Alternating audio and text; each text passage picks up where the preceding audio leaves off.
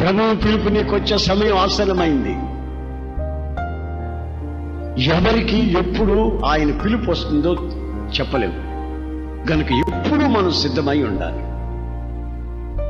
ఓ నెల ముందు నేను విన్న విషయం ఏంటంటే, ప్రార్థనకు వచ్చారు,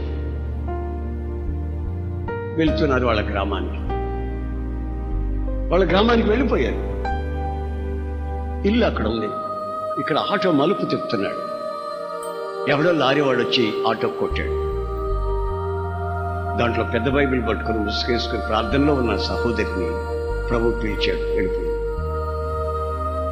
వెళ్ళిపోయి ఇక మిగతా వాళ్ళకి చిన్న చిన్న దెబ్బలు తగిలాయి. ఆమె అనుకుందా, ఇంటిని చూస్తుంది, ఏదో ఇల్లు వచ్చేసింది. ఇలా మలుపు తిరుగుతుంటే లారీ వాడి తాయి కొట్టేసింది. జీవితం ముగించబడింది. ఏ క్షణం ఎవరికి ఎప్పుడు ఏం జరుగుతుందో చెప్పలేము. ప్రభువు పిలుపులో మోమాటం ఉండదు. 10 సంవత్సరాల వయసే కావచ్చు, 16 ఏళ్లే కావచ్చు, నిండు 100 ఏళ్లే కావచ్చు, మధ్య వయసు కావచ్చు. ఏ వయస్సులోనైనా నిన్ను పిలిచే హక్కు ఆయనకుంది.